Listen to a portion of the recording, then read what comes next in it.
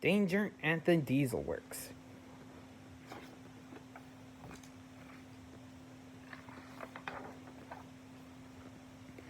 The sky over the island of Sondor was usually calm and blue, but one day, as Thomas and Percy were enjoying a ride in the countryside, they saw black clouds of smoke.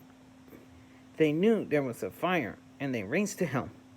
An old fire shed was in flames. Thomas and Percy let farmhands take buckets of water from their tanks. Luckily, a new engine named Belle arrived. She could shoot water from her tanks. The flames fizzled and went out. Everybody agreed that Belle was a really useful engine. Belle was happy to help, but she knew Soldier needed a real fire engine. You need Flint the fire engine. He's a real hero, she peeped. St. Thomas Hat thought this was an excellent idea. The next day, Thomas took Belle on a tour of the island of Soldor. They visited Brendam Docks, Nanford Station, and Thomas's branch line. Belle liked everything she saw. Thomas and Belle didn't ask Percy to go with them on the tour. Diesel noticed that Percy was lonely and slid up next to him.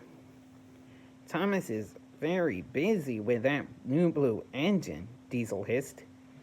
He invited Percy to visit the Dieselworks. Percy wasn't sure he should go to the Dieselworks. Thomas always said Steamy shouldn't puff there, but Thomas didn't seem to care about Percy lately. Percy slowly rolled to the Dieselworks. His axles tingled. Hello, Percy, boomed Diesel 10. What an honor. Please come in. The Dieselworks was dark and grimy and a little scary, but the engines were all very nice, especially Den and Dart. They fixed the diesels, but they didn't have a crane. But they didn't even have a crane. You should tell Sir Topham Hatt you need a new Dieselworks, puffed Percy. He doesn't listen to diesels, Diesel 10 said. Percy had an idea. I'll ask Thomas to tell Sir Topham Hatt. He always listens to Thomas. Diesel 10 smiled.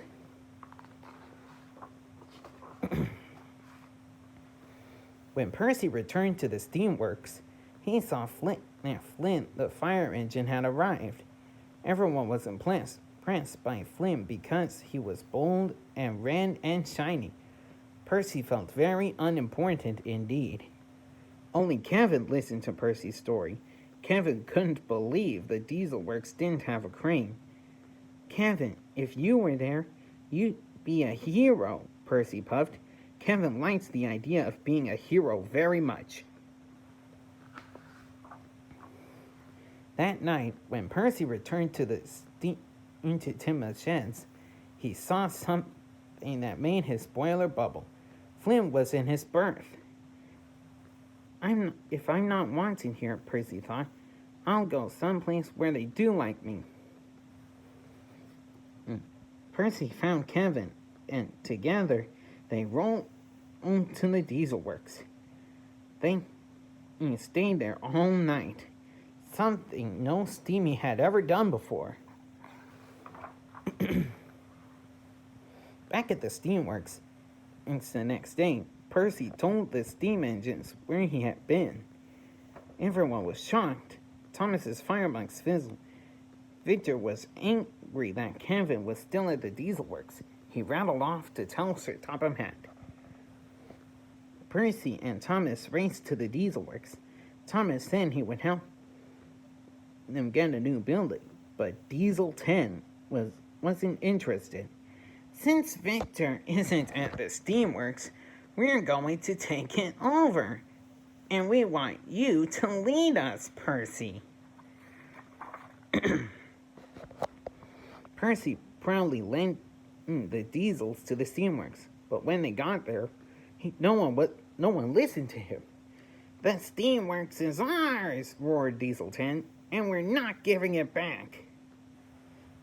Worst of all, Diesel 10 said Thomas was being held prisoner at the Dieselworks.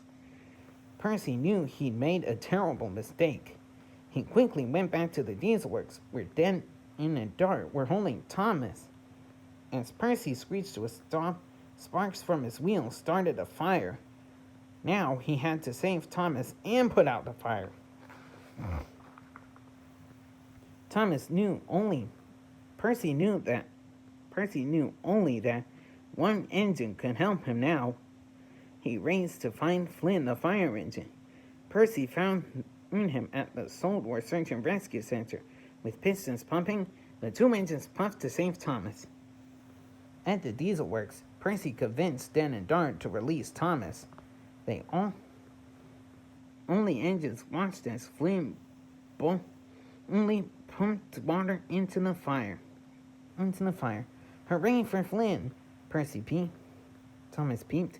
"He's a real hero," Percy puffed.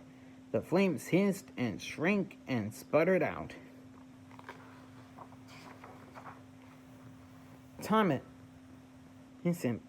and Percy collected all the steamies and hurried to save the Steamworks. The Diesels refused to leave. "Taking things and using trickery is wrong," Thomas peeped. "We can help you get a new Dieselworks, but you have to be fair with us." Suddenly, Sir Topham Hatt arrived. He was very cross. "Diesel 10, he said sternly, "you have caused confusion and delay. Because of you, none of my engines has been really useful." Diesel 10 whimpered and his claw crumpled. Sir Topham Hatt explained that the Diesels would get a new Dieselworks. "That was always my plan. Everything takes time, and everyone must wait their turn." The Diesels and the Steamies agreed to work together to build the new Dieselworks. When the new Dieselworks was completed, all the engines came together for the grand opening. Sir Topham Hatt was very proud. "The new Dieselworks shows what can happen when all kinds of really useful engines work together," he said. Everyone cheered and all the engines peeped proudly. Percy and Thomas were especially happy. They were glad to be best friends again. They giggled and jiggled and puffed with joy. The end.